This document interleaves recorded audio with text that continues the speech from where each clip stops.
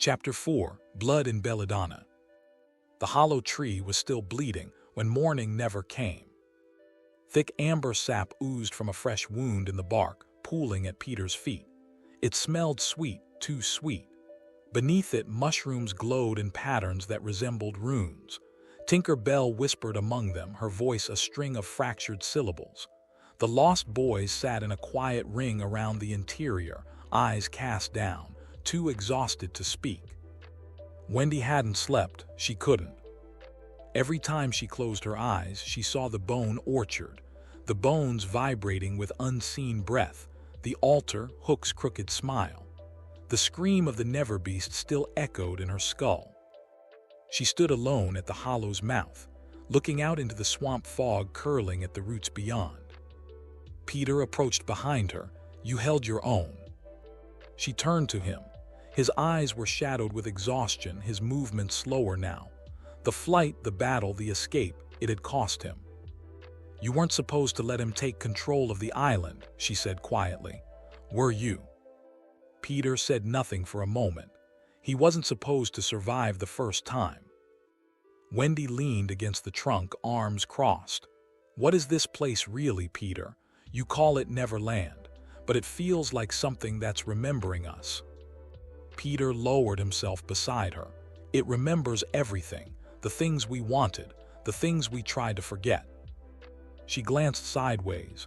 "You're still not telling me the truth." Peter smiled bitterly.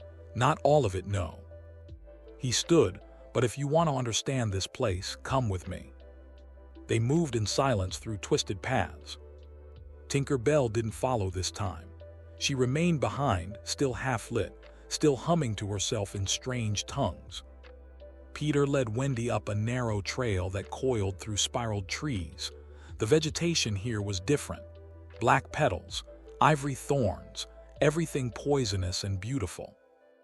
Ahead, the terrain opened into a natural amphitheater, a wide circle of stone, half overgrown, rimmed with thorned roses that pulsed faintly red. At its center stood a pool of thick, crimson liquid. It was not water. Wendy stepped closer, frowning. "Is that blood?" "Not exactly," Peter said. "It's called the Belladonna Pool. This is where Neverland grows its memory and its magic." She knelt near the edge. The surface of the pool shimmered, swirling images dancing across it, faces, eyes, screams cut short. Sometimes a lullaby, sometimes her own reflection aging rapidly. Peter spoke softly. "This is where I bring the lost boys who want to forget." "Forget what?" "Pain, loss, who they were before. The Belladonna gives them peace." She looked at him sharply. "You mean it erases them?"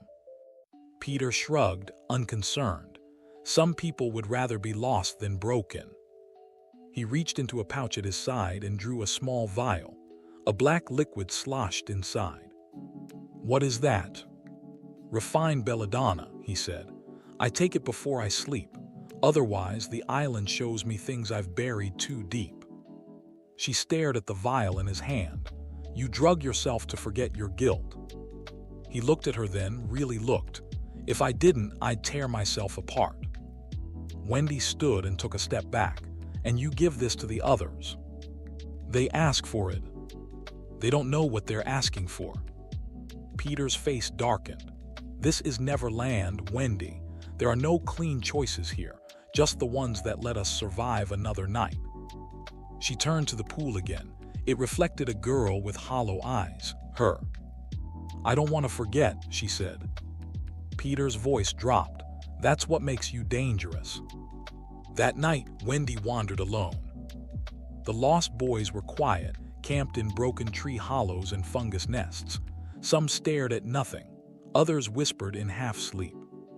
She found Kale sitting by a smoldering fire, feeding inedible scraps to the flames.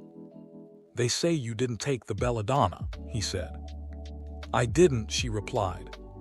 He nodded. "Good, the ones who don't, they dream. Sometimes they remember too much. Sometimes that's worse." "Have you?" she asked. He nodded slowly. "I remember my real name, my little sister's voice, my mother's laugh, all of it." "And and it makes this place harder, but I'd rather feel it than become like them." He glanced toward a lost boy curled in a tree nook, eyes vacant, humming to himself. "Toby drank too much Belladonna. He thinks he's still 12. Wendy's stomach churned. Cale leaned in. "You need to watch Peter. He's not who he was when this started." "I know." "No," Cale said firmly. "I mean it. He's splitting. Sometimes he's him. Sometimes he's that thing with the wings." Wendy felt a chill. "The shadow." Cale nodded. "It used to follow him, now it wears him sometimes." She turned toward the jungle beyond, its breath rising in warm plumes. "Where it coming from?" He hesitated. "From the hollow below, the roots of Neverland. No one goes there." "I might," she whispered. He looked at her sideways. "You want to end this, don't you?" She didn't answer. She didn't have to. Back at the camp, Peter stood alone. His hands trembled.